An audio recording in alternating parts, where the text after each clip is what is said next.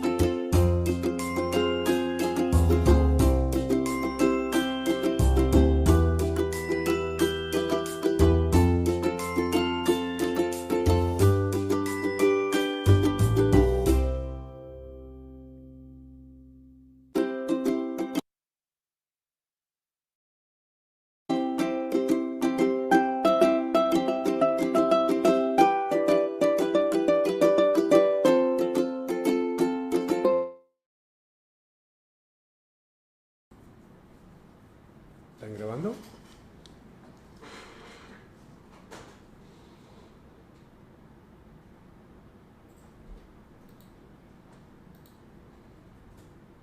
Listo, ustedes me avisan y yo arranco. Bien. Ahora. Buenas tardes. Bienvenidos a esta nueva actividad generada por Aceleradora Litoral, como en otras ocasiones, con nuestras instituciones creadoras, la Universidad Nacional del Litoral, el Parque Tecnológico Litoral Centro y la Bolsa de Comercio de Santa Fe. Y bueno, comentarles que para nosotros es un gusto recibirlos y también, como siempre, recordar que esta actividad la desarrollamos con unas 50 instituciones de la Argentina y de algunos países amigos, todos preocupados por el desarrollo de temas de interés del ecosistema emprendedor, fundamentalmente en Argentina. Hoy lo hacemos desde un lugar en particular. Les quiero comentar que estamos en la sala de reuniones de la incubadora del Parque Tecnológico Litoral Centro, y no es casualidad que estemos acá.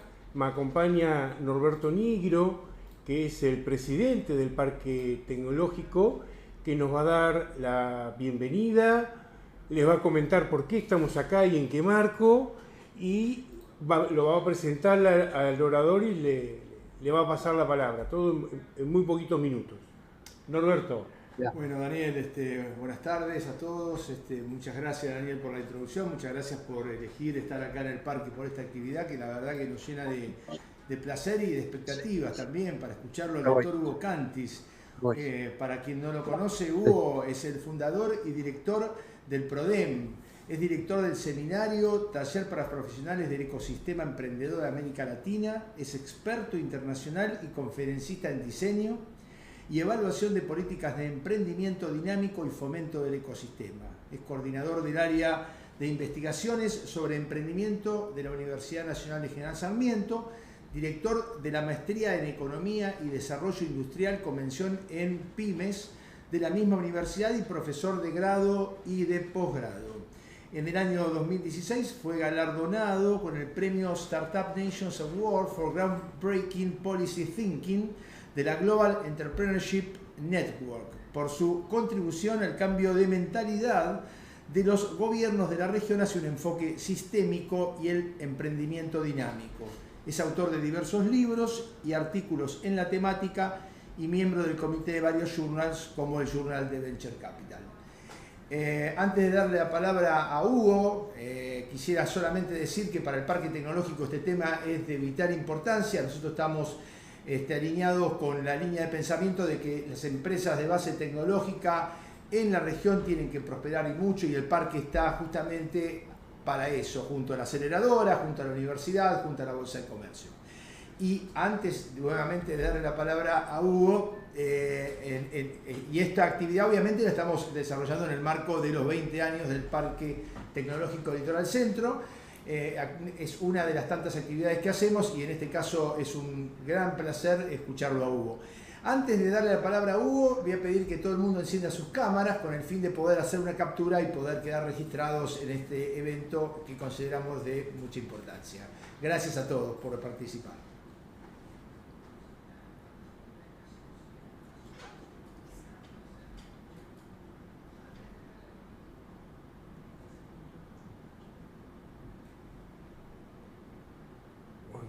Anda pasando, muteanos a nosotros.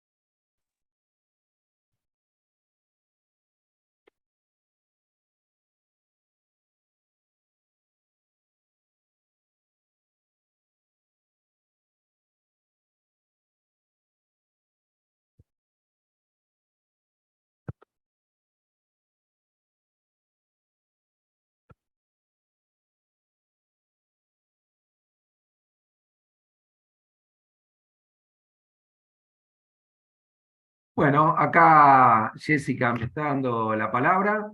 Creí que estábamos sacando fotos todavía, así que no quería interrumpir. Bueno, muchas gracias a ambos por la introducción. La verdad que un gusto compartir este aniversario, 20 aniversario del parque, que coincide con el 20 aniversario de PRODEM también, así que estamos todos de festejos, así que podemos hacer una fiesta muy grande entre todos, buenísimo. Vamos a compartir pantalla. Ustedes me van a decir enseguida si funciona. ¿Están viendo? Bien, me dicen que sí. Dicen que Lo pueden ver. Ok. Fenómeno.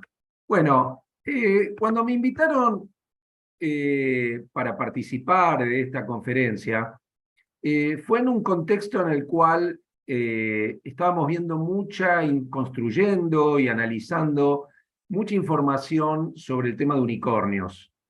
Y la realidad es que a los estudios que en los años previos vinimos haciendo, tanto con el BID en su momento, como en el caso previo del programa Empretecno en Argentina, como en Chile para el Ministerio de Ciencia junto con los colegas de Matriz, surgió la idea, me cruzó la idea de integrar de alguna manera el pensamiento entre lo que veníamos viendo. Por un lado, el informe del año pasado de BitLab, de Tecnolatinas, todo esto que les comentaba sobre empresas base científico-tecnológica, y por el otro lado, esta investigación que estamos haciendo ahora mismo sobre unicornios, como para tener una mirada más abarcativa del fenómeno de estos emprendimientos con alta capacidad de generación de valor. Entonces, la propuesta que les quiero hacer es conversar un poco de esta realidad latinoamericana en lo que hace al surgimiento justamente de empresas que tienen una capacidad extraordinaria de creación de valor, sean tecnolatinas, unicornios, empresas base científico-tecnológicas. Y más allá, en el caso de los unicornios, de este umbral de los $1.000 millones, que a veces puede estar por arriba, a veces por abajo, y que, bueno, la investigación que estamos haciendo depende de diversos factores, ¿no? Entender las condiciones que están por detrás de uno y otro fenómenos y sus implicancias para nuestros ecosistemas. Antes que nada, situar esta conversación en un contexto internacional hoy cambiante, pero que nos ha permitido llegar hasta acá de la mano de algunas megatendencias, ¿no? Por un lado, la aceleración vertiginosa del cambio tecnológico, del cual menciono solamente algunos elementos que tienen que ver con lo que ha venido ocurriendo en materia de baja abrupta de los costos de la tecnología, la convergencia de tecnologías con la irrupción de Internet y la telefonía móvil, la reducción en los tiempos de conquistas de clientes y usuarios, la transformación digital y el avance hacia una economía de plataformas, la revolución 4.0, todo esto acelerado por el contexto de la pandemia, que felizmente hoy ya es un capítulo del cual estamos saliendo. Pero esto se suma la alta liquidez internacional, hoy en reversión, pero todavía con niveles de inversión en venture capital que aún en retroceso nos ubican en los años 20, no en el boom del año pasado, pero de todas maneras con un fenómeno de inversión alta. La inversión de capital emprendedor con atracción de nuevos jugadores, corporaciones, fondos de inversión, en un contexto donde, no lo puse acá, pero hay que sumar, yo no sé qué porcentaje del fenómeno puede atribuirse a esto, pero estaba leyendo algunos artículos que llamaban al fenómeno este de la conversión de empresas en unicornios como resultado de diversas rondas de inversión que permiten acumular cifras muy importantes de inversión privada de capital emprendedor, como private IPOs. Es decir, la tradicional oferta pública inicial de acciones que nos ha tenido acostumbrado el mundo tecnológico. Desde la crisis de Lehman Brothers ha habido cambios normativos que han llevado a que para muchas empresas la evaluación de salir a una IPO también fuera algo de mayor duda. ¿Por qué? Porque supone riesgos para los CEOs, porque supone más trabas burocráticas. Bueno, toda una serie de detalles que pueden ser aburridos, pero que el estudio ese planteaba que hay que tenerlo en cuenta como un dato estructural. Pero es esta convergencia de factores lo que hace al contexto internacional, donde vamos a hablar en particular de lo que tiene que ver con unicornios y de lo que tiene que ver como marco de lo que respecta a las empresas científico-tecnológicas. Pero hablemos en primer lugar de este primer boom, del cual nos anoticiamos ya hace varios años con un primer estudio que fue actualizado el año pasado, sobre las tecnolatinas. ¿Qué es lo que nos dice este estudio? Bueno, algunas cuestiones que son de interés. En primer lugar, la buena noticia de que ya hablamos de más de 1000 tecnolatinas, definidas como empresas tecnológicas, creadas y manejadas por emprendedores latinoamericanos, que tienen la mayor parte de su operación,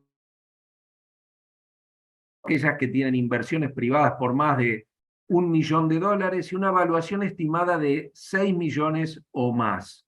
Son 1000, un poquito más de 1000 en toda América Latina, al momento del estudio por lo menos, que generan unos 245.000 empleos. Fíjense que es un fenómeno bien interesante.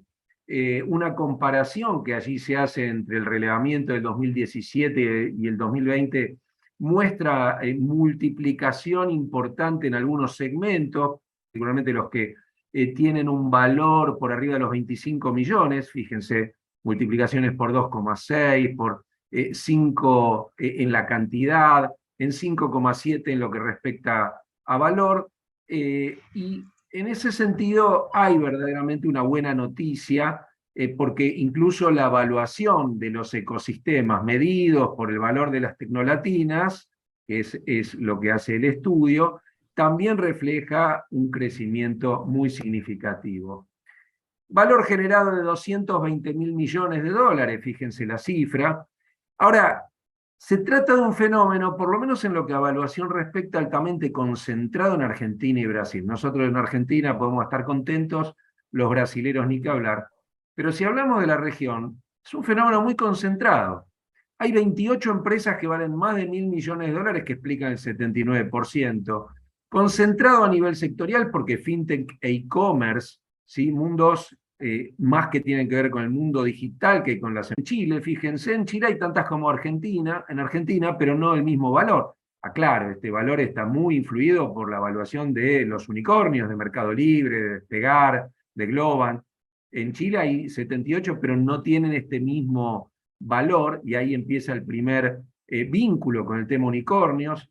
Pero hay otros países como Uruguay que tienen 8, Perú tienen 15, Guatemala 4, bueno, México tiene 170, atrás de Brasil con 513, y Colombia de nuevo tienen unos 76, ¿sí? La alta concentración capital, sectorial acá la podemos ver, ¿sí? Que tenemos el valor y las startups. Fíjense cómo fintech e e-commerce representan esas dos pelotas que concentran a las tecnolatinas. Pero dicho esto, es una buena introducción a lo que sería una suerte de cúpula de tecnolatinas, de una elite de empresas de altísimo valor que son los unicornios. Y hay una primera aclaración, no tenemos todavía datos del 2021 para lo que es la creación de nuevas empresas que calcula el Banco Mundial, pero uno sí puede ver que ya hasta el 2020, antes de ese pico del 2021 de unicornios, mientras la cantidad de unicornios crecían, la cantidad de nuevas empresas estaba bastante plana, tenía un crecimiento, pero que acá la gráfica por razones de escala no lo llega a mostrar, y estoy seguro que el 2021 no va a revertir esta tendencia, no va a haber un boom de nuevas empresas acompañando esta emergencia de unicornios. Entonces quiero decir que el tema de los unicornios es un fenómeno per se, no es una dinámica general que se corresponde cuando vemos la creación de empresas formales de responsabilidad limitada, que es lo que calcula el Banco Mundial como tendencia general. En América Latina, les decía, lo estamos investigando ahora mismo, pero como nos gusta salir rápidamente con resultados, ya en este brief que sacamos a la cosa de 10 días, si no me equivoco, tenemos algunos resultados a modo de anticipo, a modo de abre apetito, y a eso quiero referirme ahora un poquito. Nosotros nos concentramos en aquellos unicornios de los cuales nadie podría dejar de decir que nacieron en tal o cual país. ¿Por qué? Porque hay algunos, inclusive en Argentina hay 2 o 3, que sí están fundadas por emprendedores argentinos, pero por ejemplo asociados con emprendedores de otros países, y son argentinos que se fueron del país hace, no sé, 20 años, y más allá de que puedan tener algún ADN de haber nacido y criado en Argentina, toda su actividad se desarrolla en otro país. Ese es un ejemplo. Otros son casos que hemos dejado de lado en los que una corporación dio lugar a una empresa con estas características que ahora vamos a ver. Solo nos concentramos en las que son resultados de startups, ¿sí? Entonces nos quedamos con 49 y con 127 emprendedores detrás de estas empresas. Ahí pueden ver cómo se distribuyen entre Brasil, que es quien más concentra, la mitad de emprendedores en Argentina, le sigue México, Chile con unos poquitos, Colombia y Uruguay con fenómenos más recientes. Es cierto que en Uruguay ellos consideran a Pedidos Ya también como unicornio, pero es una empresa que ha sido vendida, de modo que no se ajusta estrictamente a la definición en cuestión. Acá lo que tenemos es lo primero que podemos ver es cómo en el tiempo, por un lado, arriba han ido naciendo empresas que luego se convirtieron en unicornios y abajo los años en que se han convertido. Entonces pueden ver cómo estas pelotas de color morado ahí abajo se concentran fuertemente del 2015 en adelante. Y esto tiene que ver con lo que les decía antes, porque la aceleración del cambio tecnológico empieza a ocurrir con la convergencia de tecnologías en la última década, desde el 2010 en adelante en particular, y por el otro lado el escenario de liquidez internacional muy elevado, que comenzó con la inyección de liquidez por parte de los gobiernos en los países desarrollados, especialmente Estados Unidos, tuvo particular aceleración a partir del 2015 en términos de su traducción a inversiones de venture capital. También vemos que el timing de conversión en unicornio se acortó fuertemente en los últimos años y tiene que ver con este escenario que acabo de mencionar. De 20 años pasó a 16, a 10, a 7, a 3,5. Y acá lo que podemos ver también es en los países cómo se componen los unicornios según el año de creación. Fíjense que en algunos países más latecomers o recién llegados, Chile, Colombia, Uruguay o México, es esta tercera generación de unicornios la que domina el escenario. Argentina es la que tiene todavía una componente más alta de aquellos unicornios que nacieron más tempranamente. Y Brasil está en el medio. Los rangos de venta de estas empresas nos indican que son empresas que han logrado verdaderamente una respuesta muy positiva por parte del mercado. No podríamos hablar de fenómenos ficticios, como hay discusiones, en particular en un número de The Economist del año pasado y de octubre del anterior, acerca de la validez de estas empresas, muchas de las cuales pierde dinero, muchas de las cuales consigue evaluaciones que no se condicen con la realidad.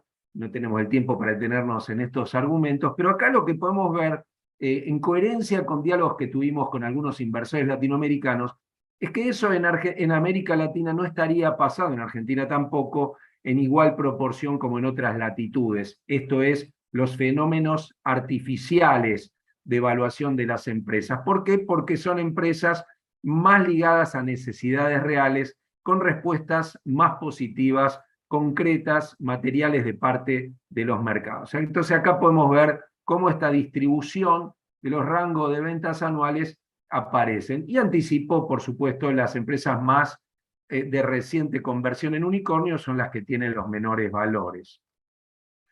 Ahora, igual podríamos plantear esta pregunta. ¿Hay expectativas desmedidas de evaluación? ¿Por qué? Porque algo más de la mitad de los unicornios regionales tienen ingresos anuales inferiores a los 500 millones de dólares, cuando ya valen más de 1.000 millones.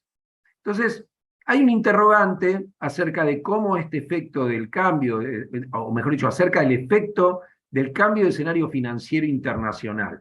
Estamos viendo que algunas empresas, el caso más conocido es de una empresa sueca, que recientemente al ir a una siguiente ronda de evaluación ante el cambio de escenario, tiene que ir a una ronda donde es valuada por debajo de lo que llegó a ser valuada, y eso tiene naturalmente complicaciones en el mundo de los inversores, no solo de las empresas. Por el otro lado, el surgimiento de nuevos unicornios, cabría esperar, ya no hablando de los que ya son unicornios, ¿no?, sino de los que se conviertan, bueno, que esa carrera se desacelere en la medida en que la inversión de Venture Capital ya no está al nivel que estuvo el año pasado. En cuanto al empleo, lo que vemos es que son empresas que generan una cantidad de empleos muy, muy importantes. Fíjense que muy poquitas están por debajo de los 500, la gran mayoría está por arriba también de los 1000 puestos de trabajo.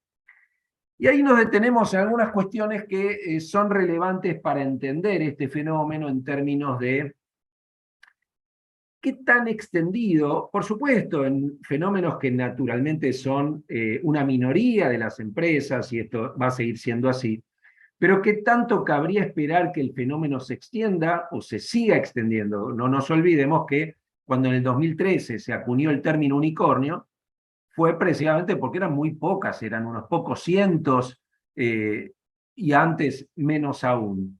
Pero lo cierto es que ya hay desde febrero de este año más de 1000 unicornios, con lo cual empieza a dejar de ser un bicho, una rara avis del mundo empresarial. De todas maneras, es un segmento minoritario, y por el otro lado, digo, para ver qué tan fácil es imaginar que haya más unicornios, hay algunos datos que ya empezamos a analizar, otros tantos que los mantendré con el apetito abierto para nuestro próximo reporte, pero algunos que quería compartir.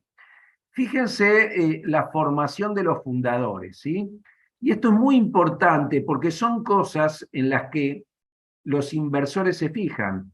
Y si los inversores a la hora de fijarse esto lo encuentran, no es lo mismo que si no lo encuentran. No lo digo yo, lo dice el libro de Ali Tamaseb sobre Superfounders, en donde los inversores miran mucho el perfil, dónde estudiaron, dónde trabajaron.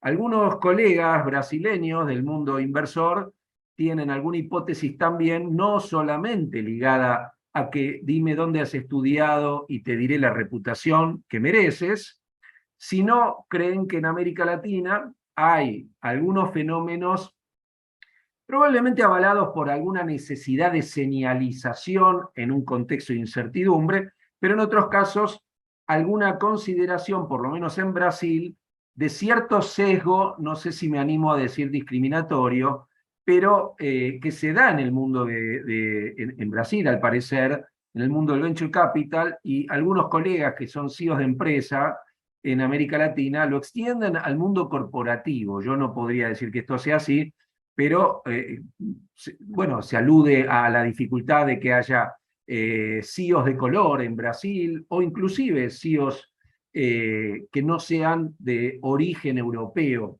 por decirlo de alguna manera, en sus antecedentes históricos, incluso en Argentina, gente que son CEOs de corporaciones que uno conoce. Lo cierto es que acá, lo que ojalá no sea así, no hay evidencias científicas de esto, pero lo cierto es que fíjense, más del 60% estamos teniendo en cuenta el porcentaje de fundadores CEOs sobre el total de fundadores. En primer lugar, importante estudiar en alguna universidad del exterior. Pero fíjense que si nos limitamos a alguna universidad top 10 del exterior, estamos cerca de la mitad, si tenemos en cuenta los CEOs u otros founders, ¿sí? Y algunas en particular, si empezamos a abrir, bueno, las conocidas, Stanford, Harvard, MIT, etcétera, y uno puede seguir. Ahora, si uno ve en cuánto de los unicornios hay al menos un fundador que estudió en una universidad del top 10 del ranking internacional, se encuentra con que en más del 70% de estas empresas hay al menos un fundador. Entonces, la construcción de reputación es fundamental para los inversores, tomando el costado positivo, dejando a un lado algunas interpretaciones desde otra perspectiva, y naturalmente dime dónde has estudiado y te diré la reputación que podrás construir. Por el otro lado, hay una cuestión que tiene que ver con el perfil sectorial a nivel global. en el cual me quiero detener al hablar de las empresas, que me parece bien interesante, ¿no?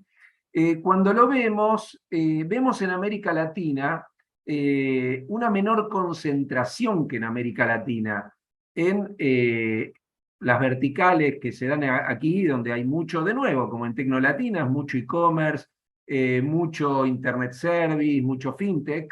A nivel global uno ve una mayor apertura, mayor diversidad, con presencia de otras verticales caracterizadas por mayor intensidad tecnológica, como inteligencia artificial, hardware, mobile, telecomunicaciones, pero también un espectro más amplio, que atienden a un espectro más amplio de desafíos de la sociedad o de las empresas, como la salud, supply chain, auto and transportation. Es decir, que uno ve a nivel global una mayor capacidad de impactar transversalmente. No quiere esto decir que los unicornios latinoamericanos no impacten significativamente, porque el tema fintech y el tema e-commerce aportan soluciones muy interesantes, que no hace falta que yo me detenga a hablar de esto, porque ustedes lo conocen por igual.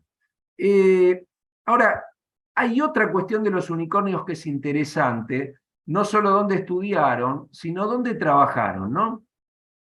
Y ahí encontramos que la presencia de quienes trabajaron en el sector financiero, en posiciones de jerarquía, generalmente en C-level, o en empresas que podemos denominar como empresas brand companies o multinacionales, es un poco más de la mitad.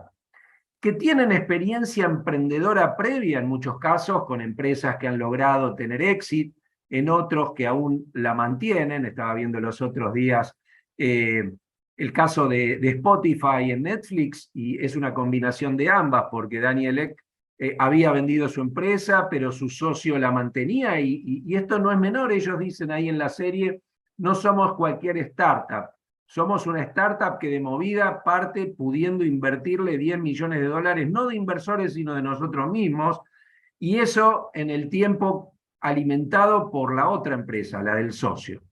Entonces, no todos los que tienen experiencia emprendedora previa tienen ese perfil, esto lo estamos analizando ahora mismo, pero fíjense que no cualquier emprendedor, no cualquier startup reúne estos elementos que estamos viendo. 71% tiene experiencia en empresa y como emprendedor. O sea, son las grandes ligas dentro del mundo emprendedor. El libro de Tamasev dice, no encuentro patrones dominantes. Claro, pero él no lo está mirando desde la perspectiva que la investigación científica lo miraría, que es dónde hay diferencias estadísticamente significativas entre un grupo y el otro. Él encuentra algunas, pero tiene razón cuando él dice, pero no todos, aun cuando el 70%, quiere decir que hay un 30% que no. Lo que pasa es que cuando uno empieza a armar el rompecabezas de un factor donde hay el 55%, y dice, y si no está ese factor, está este otro que habla también de una gran liga o de cierta élite emprendedora, y si no está el uno, está el otro, y bueno, de 55 ya se va a 65 y le suma el otro, y se da entonces esta característica. Entonces uno dice, hay equipo, la verdad que son tremendos emprendedores, tremendos emprendimientos, y la pregunta es que si queremos que esto se generalice, no generalice es la palabra, no es la correcta, pero que haya más impacto, más empresas unicornios, viene una pregunta que es fundamental, y es, así como hay equipo, ¿hay ecosistema? Bueno, detrás de estos unicornios, ¿qué tanto ecosistema hay? Ya tenemos datos, es parte de la investigación que estamos haciendo. No es fácil construir esta información, pero lo venimos haciendo y próximamente lo vamos a estar compartiendo. Las preguntas de esa investigación son si el surgimiento de unicornios latinoamericanos es el resultado exclusivo de superfundadores, como dice Tamasev, que reúnen capacidades y contactos excepcionales solamente, o si es posible encontrar huellas de los ecosistemas que los vieron nacer en sus trayectorias hasta convertirse en unicornios. ¿Y en qué medida estos emprendedores y sus empresas están contribuyendo, una vez que ya les va muy bien, al desarrollo de los ecosistemas que los vieron nacer? Y también tenemos mucha información sobre esto que va a estar en ese reporte. Ahora, unicornios de base científica tecnológica. empezamos a hacer esta mixtura. En alguna ocasión Sandra Díaz de Matrix me decía, no, pero estas no son empresas basadas en la investigación y desarrollo. Así que los instrumentos de política pública para ese perfil no van a estar muy presentes. Bueno, tenemos algunas sorpresas en algunos países, no en Chile, pero tenemos algunas sorpresas que vamos a compartir. Por lo pronto, lo que sí decirles es que estuvimos viendo en Estados Unidos, por ejemplo, información de patentes, por ejemplo, verticales que nos permitieran decir cuántos de los unicornios son de base científica tecnológica. Estuvimos hablando con colegas de Venture Capital e incubadoras en Israel, viendo por el otro lado qué tanto hay de Deep Tech, de bio, cuánto de patentes, y les anticipo que hay un estudio en Estados Unidos de una consultora que trabaja en el mundo de patentes, que se queja de algo que ojalá en América Latina existiera, y ahí estoy revelando un poquitito de la sorpresa, pero en otro sentido. Ojalá en América Latina hubiera aquello de lo cual en Estados Unidos se quejan. En Estados Unidos, si mal no recuerdo, decían, oh, cuidado que apenas el 25%, creo que era la cifra, tiene patentes. Y en el mundo competitivo de un unicornio, por más que se diga que la protección es más estratégica que legal, cuidado que hay muchas corporaciones interesadas en ver si tenés o no tenés una patente. Bueno, hay toda una discusión, no tenemos el tiempo ahora, pero en Estados Unidos, en Israel, cuando uno mira estas verticales, dice, y bueno, evidentemente las VCT son una minoría, será el 20, será el 15, será el 25, depende del país, o será mucho menos. Es un segmento minoritario. En la CBCT, en América Latina, esto es más pequeño todavía. Ahora, dicho esto, vamos a ponerle foco a las empresas de base científica tecnológica latinoamericana. Por un lado, ojalá pudiéramos tener más empresas como Notco de Chile, que tiene esta base científica tecnológica, pero para entender si tenemos perspectiva de tenerlo, tenemos que entender mejor de qué depende que esto ocurra. ¿Por qué? Porque tenemos nacimientos de empresas de base científico-tecnológica por debajo del potencial en algunos países, no en todos los países de América Latina, pero en algunos países sí, efectivamente, Argentina es uno de ellos, y crecen muy poco. Entonces, ya no hablemos de unicornios, crecen poquito. Y entonces necesitamos tener fuerzas que conduzcan en esta dirección. Cuando veíamos lo de los unicornios, lo primero, o de las tecnolatinas, vimos que hay tendencias internacionales, hay megatendencias que van en esa dirección. En el mundo de las empresas de base científica tecnológica, no tenemos viento tan a favor y necesitamos mucho más de ecosistemas sofisticados que en el mundo digital. ¿Por qué? Porque las inversiones son mayores, porque maduran en tiempos más largos, porque la incertidumbre es mucho mayor, etcétera, etcétera. Ahora, nosotros hemos desarrollado un marco conceptual que lo hemos perfeccionado en los estudios que hicimos para Chile junto a Matrix, con Sandra Díaz, en donde vemos esto sistémicamente desde que el que quiere crear una empresa de base científica tecnológica todavía ni se le ocurrió, está en un laboratorio o es un académico, y entonces entendiendo estos distintos tramos que incluyen cómo le va, qué le incide en la vida a la carrera del investigador, desde que se forma, es asistente, hace un doctorado, empieza a trabajar en investigación y va recorriendo la carrera. Bueno, analizamos inclusive con CONICET oportunamente cuando Juan Soria, hoy en 500 SF, estaba como director de vinculación tecnológica del CONICET, vimos varios institutos, bueno, hicimos varias cuestiones, basado en este marco, que también lo utilizamos para estudiar el tema de la CBCT en Chile, viendo el proceso y cómo juegan estos distintos elementos que tienen que ver con la agenda de los institutos, que tanto conduce al tipo de investigaciones que pueden ayudar a la creación de empresas, que tanto la misión y la visión de la organización madre donde se da ese instituto, si hay una organización rectora del ecosistema, cómo juega, sus incentivos, la cultura organizacional, las normativas de propiedad intelectual, los reglamentos para la creación de empresas de base científica y tecnológica, bueno, los órganos clave que intervienen en alguna u otra instancia, por ejemplo, evaluando las promociones de los investigadores, las organizaciones con las incubadoras, las oficinas de transferencia y licenciamiento. Todo esto es algo que se requiere y que cuando se trata inclusive de una spin-off, es decir, que sale directamente, porque el mundo de las empresas de base científica y tecnológica es más amplio que el de los spin-off de base universitaria.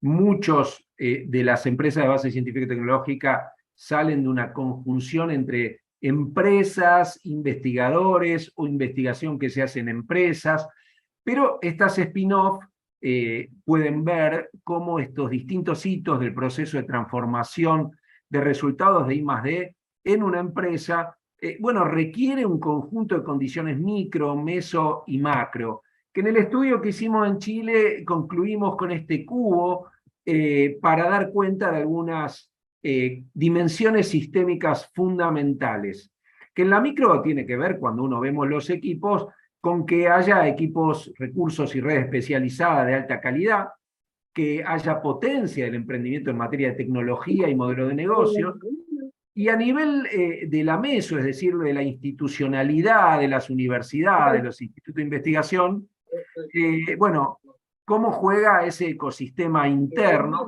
Si hay un ecosistema interno, ahí hay alguien que está, no sé si quiere agregar algo o si debería silenciarse,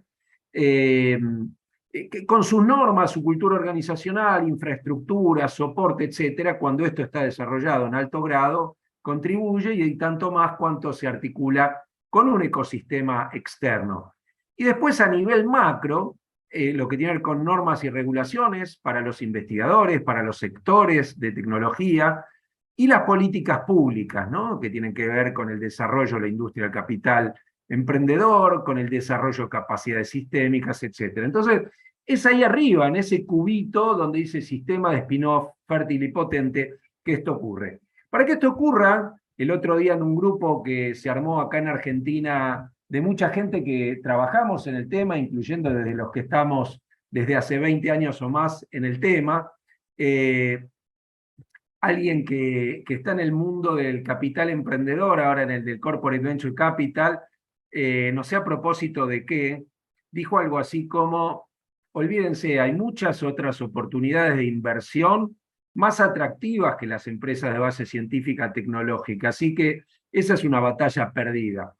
Yo le contesté que veía que los países, a diferencia de la opinión que él tenía, que la respeto profundamente, no suelen coincidir con esta visión y suelen invertir recursos para que esto tenga lugar, porque si no, se pierde una carrera muy importante.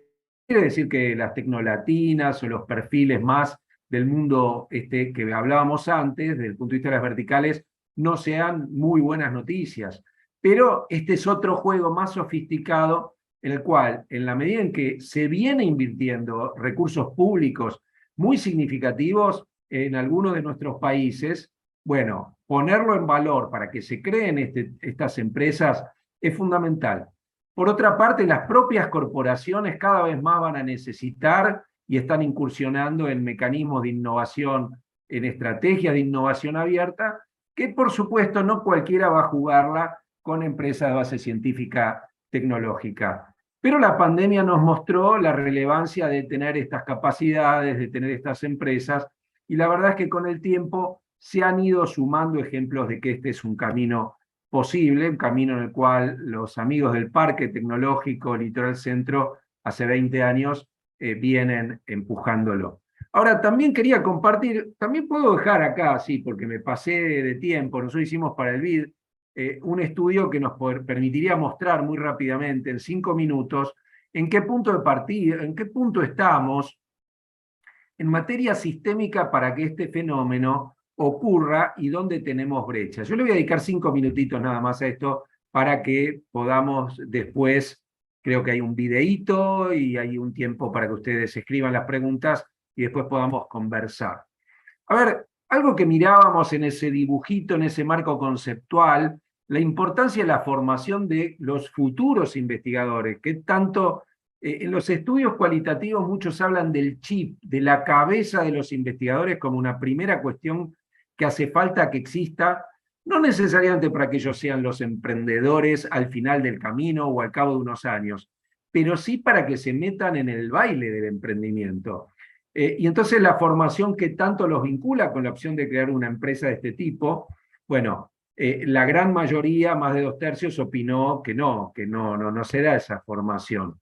Que por el otro lado, las reglas para permanecer y progresar como investigador, en Argentina sería el CONICET, y después están las normas propias de las universidades, muchas veces superpuestas, con lo cual la, entre comillas, seguridad jurídica de los emprendedores académicos y de los inversores que quieren invertir en ello, muchas veces necesitan desentrañar estas reglas.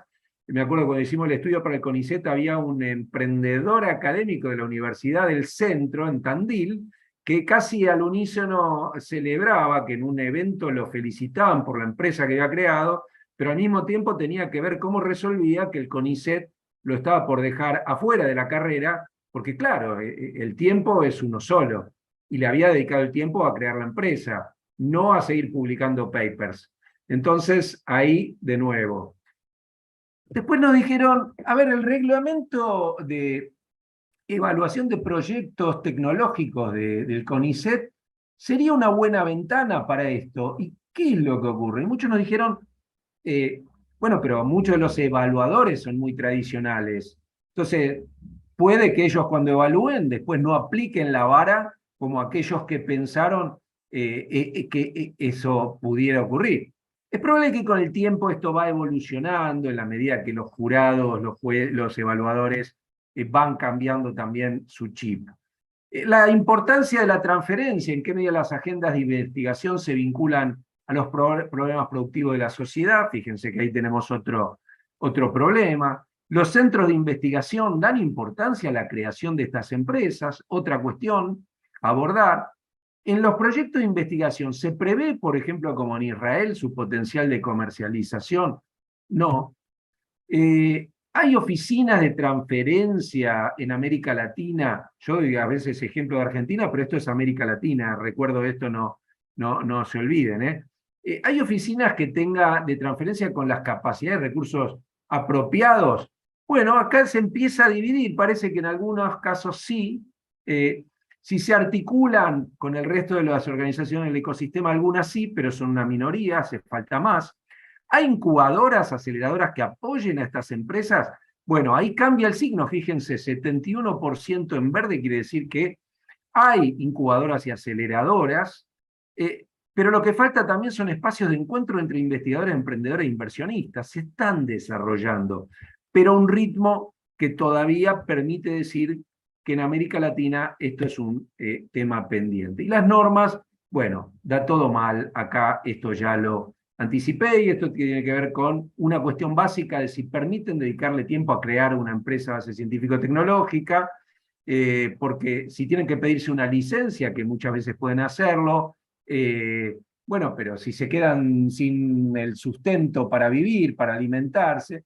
Nosotros también lo que hicimos fue ver buenas prácticas internacionales. Entonces, en algunas universidades, o bien se manejan con el criterio de en tanto cumplan los objetivos académicos, dediquen su agenda a los tiempos como quieran, por ejemplo en países escandinavos. Otros países le permiten dedicar el 20% de su tiempo a otros proyectos, pero siguen cobrando un sueldo. Después está la cuestión de si se les permite a los investigadores dedicarle tiempo a la gestión de la empresa. Y acá nuestros reglamentos, bueno, ahora se actualizó, pero esto es un tema, porque el famoso tema de conflicto de intereses, bueno, recuerdo en Chile, el estudio que hicimos junto con Ematriz, una universidad, creo que era la de los Andes, con un ejemplo buenísimo de una empresa científico-tecnológica muy exitosa. Ellos decían, nosotros preferimos, en vez de limitar que emerjan estos fenómenos, preferimos que los conflictos de interés aparezcan y tratarlos, ponerlos sobre la mesa. Bueno, es una postura interesante también a tener en cuenta. ¿Y en qué medida permite la participación flexible de los investigadores en el capital accionario de la empresa? Bueno, ahí hay países que tienen límites en más o en menos. En Chile el límite es bajísimo. En Argentina me acuerdo que peleaban porque creo que era el 50-51%, y en otros países es más bajo y en otros no hay limitación. Acá lo que hay que entender es que esto no nace de un repollo, es un camino largo. Y en los comienzos, por más que hacia adelante los emprendedores puedan terminar siendo otros que no sean los mismos de bases, los académicos, al principio el involucramiento de los académicos es fundamental. Me acuerdo Pamela Chávez, de Aquamarina de Chile, nos decía a Sandra y a mí, en una entrevista, decía, miren, yo contraté, siguiendo lo que me recomendaban, un gerente de ventas. Claro, pero quien podía vender a las mineras, esto era yo que entendía bien de la necesidad, del problema de la tecnología. Entonces, ahí hay una suerte de transición, metamorfosis, que hay que permitir que ocurra con flexibilidad. Financiamiento, empieza a haber, pero mucho menos, lo que me decía este colega de un venture capital, de un corporate venture capital, necesitamos mucho más venture capital que entiendan y que quieran dedicarse. Alguien que, me acuerdo que Claudio Barahona, de Alaya, un amigo, me decía una vez, mirá, estuve viendo empresas de base científica tecnológica, están buenísimas, pero nuestra tesis de inversión no nos permite ir tan lejos. Andrés Meirovich, también chileno, decía, bueno, pero la normativa no nos permite llegar en inversiones de tan largo alcance. Bueno, hay cuestiones más micro de cómo es el comportamiento y la tesis de inversión, hay cuestiones normativas en algunos países, lo cierto es que tenemos necesidad de este tipo de financiamiento. Y también, como hay en Israel, para cuando son empresas de base científico-tecnológica que no despiertan el apetito del capital privado, bueno, en la medida en que sean sectores prioritarios, Israel invierte significativamente, la Autoridad Israelí de Innovación invierte. Bueno, acá cuestiones de política y regulaciones, donde también hay que avanzar. Entonces, a modo de cierre, para no aburrirlos, estamos mejor en tecnolatinas y unicornios, como habrán podido concluir, que en EBCT. En tecnolatinas y unicornios son buenas noticias, de todas maneras están muy concentrados en algunos países, muy concentrados en determinadas verticales, pero hay más terreno recorrido y es un terreno que se puede prever que con estímulos se desarrolle más, aun cuando todavía hay un camino largo. Pero el camino de la CBCT, si no hay estrategias de intervención que se comprometan con desarrollos de largo plazo, requieren naturalmente consenso que más allá de quien gobierne se mantengan. En Argentina en particular ha habido iniciativas, pero no se sostuvieron el tiempo o fueron concebidas como un rompecabezas que incluía varias patas, pero ya nació de una mesa de 4 patas con 2 patas y le faltaba 2. Nosotros hicimos oportunamente estudios de este tipo. Sé, Daniel, que vos estuviste involucrado, Daniel Scacchi, en el diseño, pero bueno, entre lo que se diseñó y lo que se logró implementar, y entre lo que se implementó y cómo funcionó, hubo buenas noticias en el camino. En una evaluación temprana que nosotros hicimos, veíamos temas que podían ser complicados, que después los investigadores, las empresas se las arreglaron para, más allá de algunas cuestiones de la implementación, hacerlo funcionar, pero necesitamos políticas sostenidas, de largo aliento, que inviertan en esto. Así que creo que hay un video, ahora me pidieron que no se vayan o que no vayamos a las preguntas antes de que eso ocurra. Yo dejo de compartir para que puedan pasar a ese video y después ojalá podamos conversar, que haya preguntas, comentarios, todo lo que puedan aportar, siempre estamos para aprender.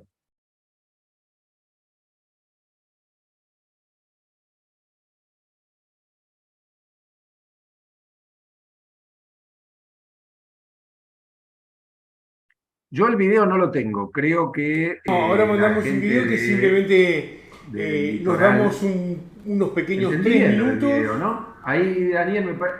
Sí. Ahí, aparte.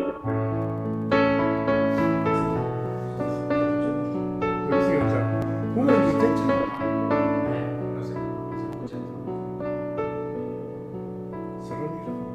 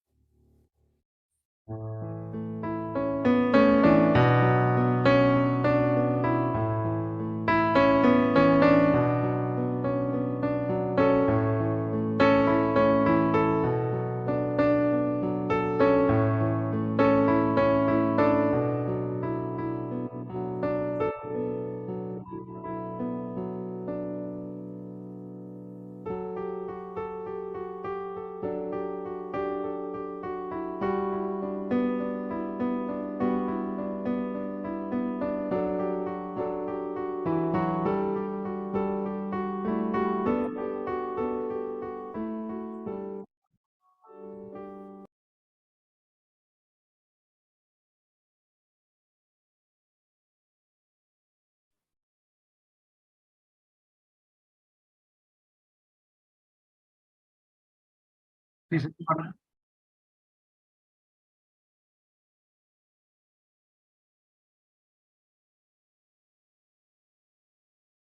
Preguntas y arrancamos con una primera, Hugo. Esto de que se cree ver o se ve como potencial hacia futuro para la Argentina posibles desarrollos y se están dando, de hecho, en biotecnología, en ciencia de la vida. Estos trabajos que vos estás haciendo, ¿cómo nos marcarían las posibilidades? Pensando entre el público que está participando de gestores universitarios, de incubadoras, un par de tips en ese sentido. Bueno, a ver, Argentina en biotecnología ha venido desarrollándose de unas pocas empresas, si uno mira por tomar como referencia las 2 décadas que se está celebrando hoy, era un mundo hace 20 años y es completamente otro mundo hoy día. Sin embargo, es un camino, hay que decirlo, que es complejo.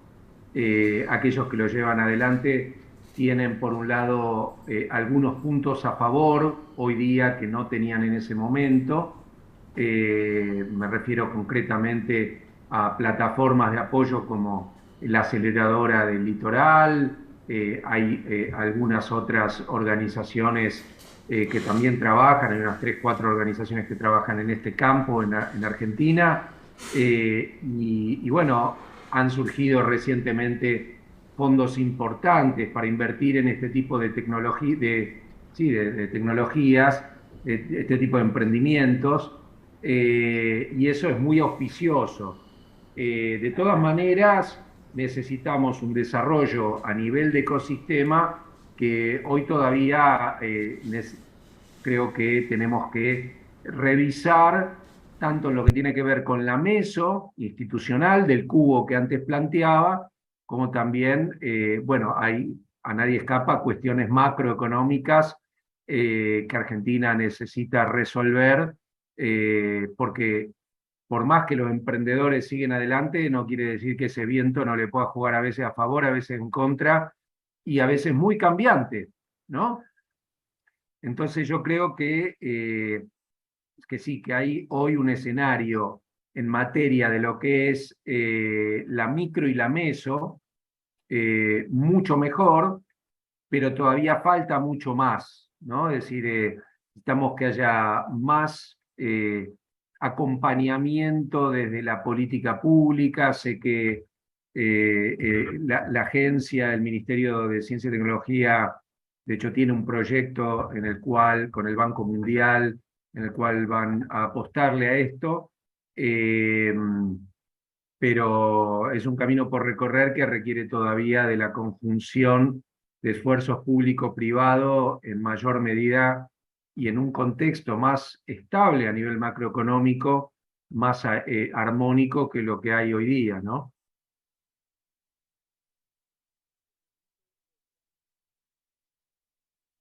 Te transmito otra. Ahora, también están, perdón, también están, Daniel, también están los casos que uno ve de empresas muy exitosas, muchas de las cuales se desarrollaron, esto es importante decirlo, en escenarios macroeconómicos complicados. ¿Y por qué esto?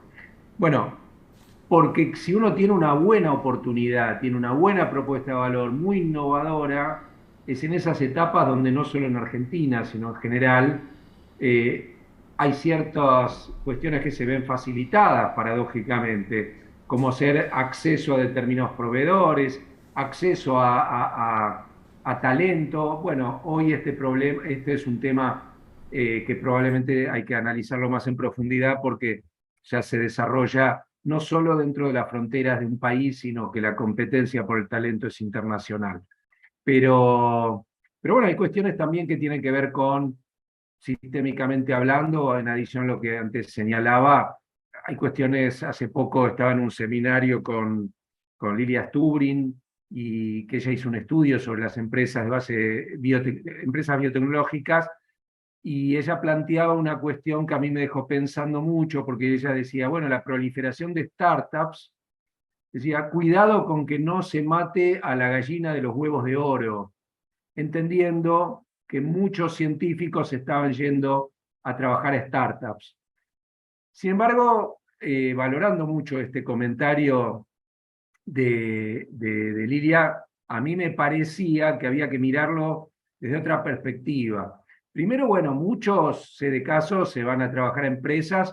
Es bueno que estas empresas las demanden, por empezar hay que celebrarlo. Hace algunos años eso no ocurría. Segundo, también eso está ocurriendo porque los salarios de los investigadores se han recontraquedado, y eso es un llamado de atención también para la política pública. Y por el otro lado, uno podría decir, bueno, si la rueda empezó a rodar de modo tal de que se da eso que en otros países era muy común y no lo teníamos, que es que los científicos se vayan a trabajar a las empresas, bien, habrá que invertir mucho más en el aparato científico-tecnológico, porque si evitamos matar, no existe evitar matar a la gallina de huevo de oro, eso lo que quiere decir es condenar a que no haya empresas de base científica-tecnológica. Entonces, por ahí no interpreté bien, pero no matar a la gallina de los huevos de oro, más que regular el ritmo de creación de empresas o el trasvasamiento del mundo científico al mundo empresarial, va por el incremento de la inversión. Entonces eso me parece que es un punto importante a tener en cuenta. Bien. Otra nos plantea, mi gran duda, dice quien manda la pregunta, es que un investigador en general no quiere ser emprendedor, no lo entiende, no asume riesgos y no tiene el perfil de emprendedor, salvo algunos casos. ¿Cómo lo resolverías? Bueno, hay quienes ya lo están haciendo. Hace unos años esto era mucho más impensable que hoy día. Todavía no es que sea fácil, pero lo que hace Israel es buscar el match entre el científico y el que va a ser el CEO de la empresa. Yo creo que en la medida en que tengamos más espacios de encuentro entre científicos y emprendedores, se podrán constituir empresas de este perfil, donde quienes lleven adelante los emprendimientos no sean los científicos solamente o no en un lugar tan excluyente o protagónico, sino, porque creo que CITES tiene experiencias de esta naturaleza, siguiendo el modelo israelí, con algunas de estas empresas que tienen esta característica, donde han juntado, ¿cómo se llama la empresa esta que permite detectar tempranamente Alzheimer en base a los movimientos de los ojos, creo que era, ahora no me acuerdo el nombre exacto de la startup, pero donde, bueno, le han hecho el match con emprendedores que vienen más del palo de los negocios, y entonces eso facilita enormemente la complementariedad. Pero por el otro lado, yo creo que alguna dosis dentro del chip, del mindset de los académicos, tiene que haber, aunque ellos digan, no, pero yo después de un tiempito me quiero volver a la academia, y eso puede ser muy bueno y ayudaría también a que el riesgo de matar a la gallina a los huevos de oro sea menor, digamos. De todas maneras, si no hay cierta apertura y valoración de que, yo voy a dar un ejemplo, yo tengo un tema en un ojo, me van a operar la semana que viene, y mi oftalmólogo, que es un tipo de alta tecnología porque ha hasta desarrollado agujas con las que se realizan las funciones en conjunto con universidades de Estados Unidos, hace poco me pidió si lo podía vincular con gente de inteligencia artificial, porque él estaba viendo que con el desarrollo de un algoritmo podían perfectamente diagnosticar si lo que había en un ojo era un melanoma o era un nevus, que hay una zona intermedia. Y ese es un tipo que está bien, es un médico, pero al mismo tiempo tiene vida universitaria. Entonces él se dio cuenta, dijo, pero esto que ya escribí un paper y todo, no se puede quedar en un paper. Entonces esa orientación, él va a seguir siendo oftalmólogo toda su vida, pero esa chispa de decir, esto tiene que convertirse en una empresa para devolver valor a la sociedad, generar valor para la sociedad, tiene que existir. Hace poco leía un reportaje que le hicieron a Emiliano Kargeman de Satellogic, Y él decía, bueno, en Argentina todavía ese es un camino que hay que recorrer más, que se valore más que la inversión que se hace en la formación de académicos, de profesionales, de investigadores, tiene que dar lugar a ponerse esto en valor a través de la transferencia, a través de la creación de empresas base científico-tecnológica. Es una mirada que creo que es muy relevante para el desarrollo. Bien, va otra. Nos pregunta, vemos pérdidas de oportunidades por falta de fondos en etapa muy inicial. Ahí apagué. No. Perdón, hay un micrófono ahí abierto. Gracias, María Laura. Nos preguntan que se ven pérdidas de oportunidades por falta de fondos en etapas iniciales de las empresas. ¿Cómo verías alguna solución? Esto de conseguir más fondos para los estadios tan tempranos. Bueno, hace falta desarrollar más, por un lado, instrumentos en aquellas etapas muy preliminares, tanto en la etapa de I+D como en las primeras etapas en las que todavía sabemos que hace falta inversión pública, pero es muy importante un desarrollo mayor en lo que tiene que ver, potenciar lo que es el desarrollo a nivel de las aceleradoras, los company builders. Algunas ya hay y hay que inyectar más fondos ahí, naturalmente, y ayudar a la articulación con lo que le sucede a posteriori en la cadena de valor de la industria del capital privado emprendedor. Entonces, ahí me parece que hay un espacio importante que también requiere de ciertas condiciones macro. No nos vamos a engañar de que la economía pueda volver a un estadio de mayores equilibrios macro, digamos.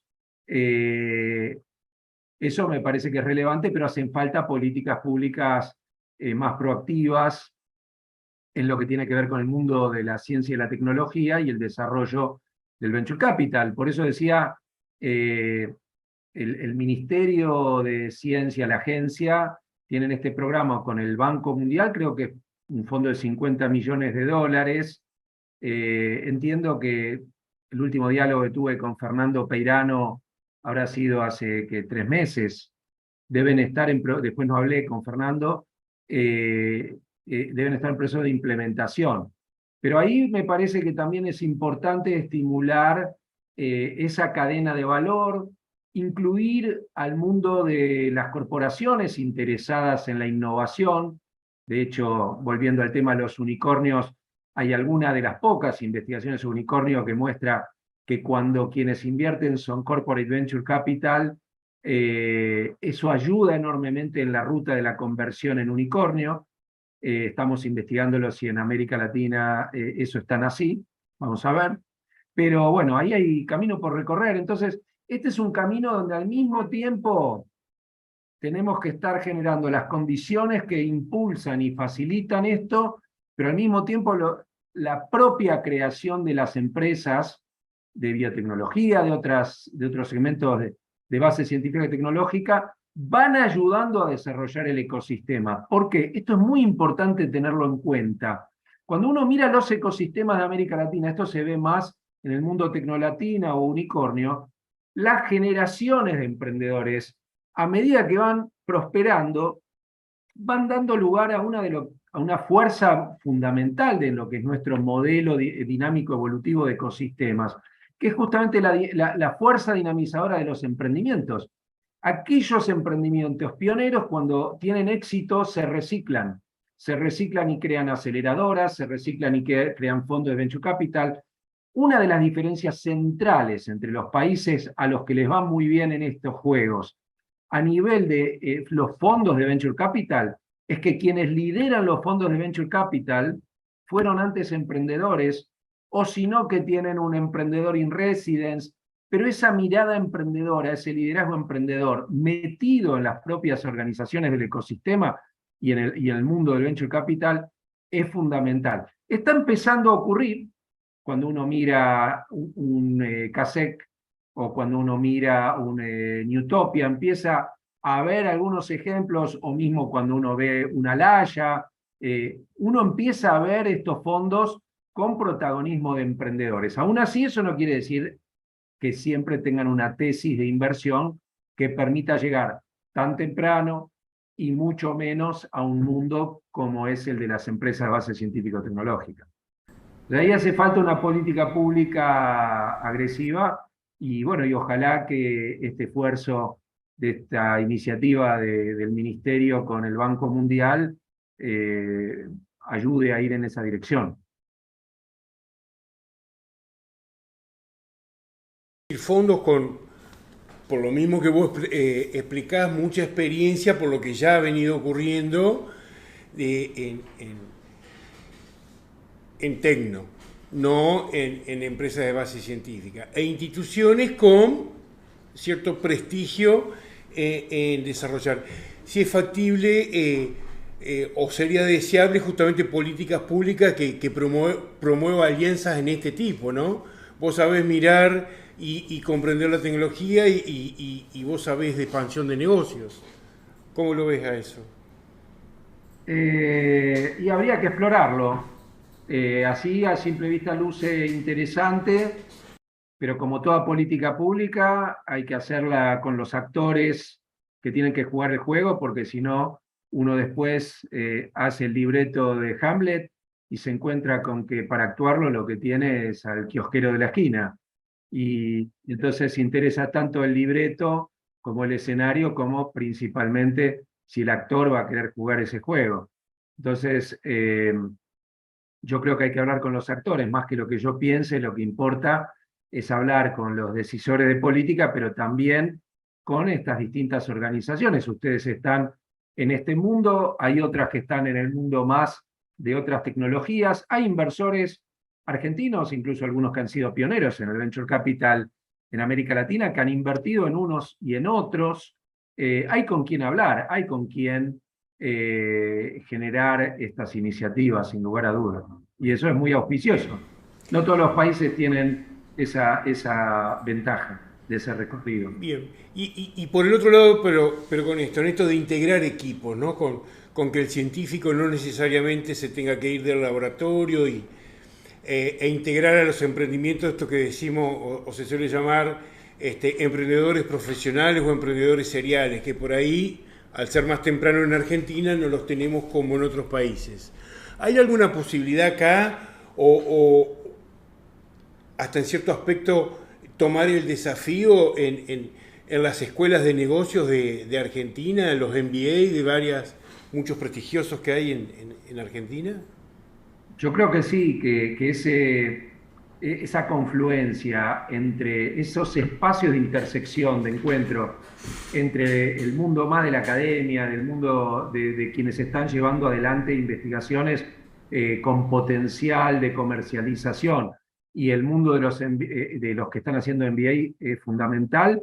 Me viene a la cabeza una experiencia bien interesante también de Chile, de un emprendimiento, en realidad estaban creando la oficina de transferencia tecnológica, estaban creando la inserción de esta temática en una universidad, y el que lideraba esto, primero identificó y se involucró en un emprendimiento de este perfil, y lo que hizo la universidad fue desarrollar una suerte de taller al cual vos estás hablando, lo sé, de MBA, pero podría aplicar lo mismo, de inversores tradicionales a los que le mostraba, está bien, estaban vinculados a la universidad en cuestión, con lo cual tenían un mayor compromiso, pero terminaron invirtiendo en esa empresa de base científica tecnológica. Inversores que venían por ahí de real estate o de cosas más tradicionales. Entonces, esa fertilización cruzada de la que siempre hablamos se materializa en concreto en esos espacios de encuentro, de socialización. Me viene mucho a la cabeza experiencias que vi en Corea, donde ciertas áreas de tecnología que ellos veían que necesitaba su industria desarrollar, crearon fundaciones en esos segmentos de tecnología y juntaron gente con perfil más científico, con las empresas, con gente con tecnólogos. Es decir, ese es un mundo en el cual todavía tenemos menos de lo que necesitamos, y por ahí yo conozco menos de lo que hay, puede ser, pero a mí siempre me viene a la cabeza cómo surgió Apple. ¿Dónde se conocieron los dos emprendedores? Bueno, en ese lugar, en ese club, en ese centro de tecnología que había creado Hewlett Packard para gente muy joven, y donde se juntaban todos esos nerds, todos esos jóvenes a compartir desarrollos tecnológicos. Bueno, ahí se conocieron, de ahí salió esa pareja fundadora de Apple. Así que creo que esos espacios yo, en lo que consigo dialogar en torno a estos temas con todo el mundo, en todos los países, lo incentivo mucho. Así que creo que Argentina podría hacerlo perfectamente, si es que no lo está haciendo, y por ahí yo no estoy al tanto, ¿no? Pero ustedes tienen mucha chance de empujarlo eso. Es una expectativa, claramente. La última, Hugo, sí, más o menos noticia de las últimas semanas de la aprobación del reglamento para empresas de base tecnológica del CONICET. ¿Cómo evaluás esto y como parte del acompañamiento o no que se debería estar dando en las instituciones y en particular en la Argentina? Vos diste una mirada más de región. En lo que tiene que ver con el nuevo reglamento de EBST, confieso, tengo que estudiarlo en profundidad, lo tengo para analizarlo, todavía no lo analicé en profundidad. Y en lo que tiene que ver con el acompañamiento de las instituciones, yo veo que hay instituciones en este mundo de base científica tecnológica que trabajan muy bien, que han surgido nuevos actores, que sé que hay nuevos actores, que hay actores que quieren meterse en esto. Creo que hace falta una evaluación acerca de qué tan bien lo están haciendo, porque yo puedo tener una opinión muy favorable a la luz de encuentros que he tenido con algunas de ellas, como el caso de ustedes mismos, o con CITES, o con GRIDEX, pero me parece que algo de lo que adolecemos mucho en Argentina y que deberíamos mirar más otros países como Chile es que no evaluamos. La política pública invierte recursos y evalúa poco, o evalúa cuando lo hace sin suficiente metodología, y entonces no acumulamos. Entonces yo creo que para dar una opinión más fundada y para honrar, digamos, los esfuerzos que se están haciendo de las instituciones y de la política pública que ha alimentado algunas de estas iniciativas, harían falta evaluaciones. En términos de un espectro más amplio, saliendo de estas que tienen este perfil tan marcado, creo que hay buenas instituciones en lo que tiene que ver con el mundo digital, y que después hay una gran cantidad de entidades especializadas en apoyo al emprendimiento, cientos, pero hay mucha heterogeneidad ahí, y creo que ahí hace falta mucho fortalecimiento institucional, política pública de largo plazo. Argentina en ese sentido tiene más heterogeneidad en su desarrollo, en parte porque arrancó más tarde que otros países de la región. Pero hay buenas experiencias en base a lo que veo, solo que me parece que hace falta una política pública más sostenida en el tiempo, tanto en lo que tiene que ver con impulsar el desarrollo de estas instituciones, como en lo que tiene que ver con evaluar, aprender y mejorar. Espectacular. Bueno, Hugo, agradecerte enormemente, es un placer escucharte siempre. Comentarles a quienes nos están acompañando que estamos muy contentos de que hayan estado acá.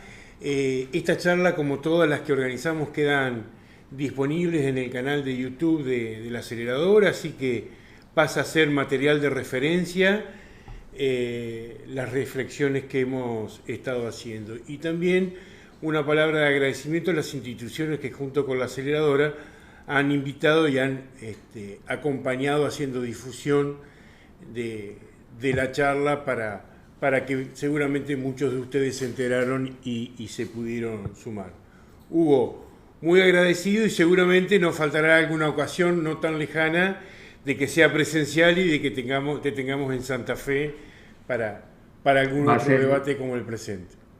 Va a ser un gran gusto, agradecido por la invitación de ustedes y bueno, en cualquier momento nos estamos encontrando y conversando como estuvimos haciendo hace no mucho tiempo en varias ocasiones. Así que sigan muy bien y felicitaciones por el 20 aniversario. Muy bien, gracias. Que estén muy bien. Hasta luego. Hasta luego.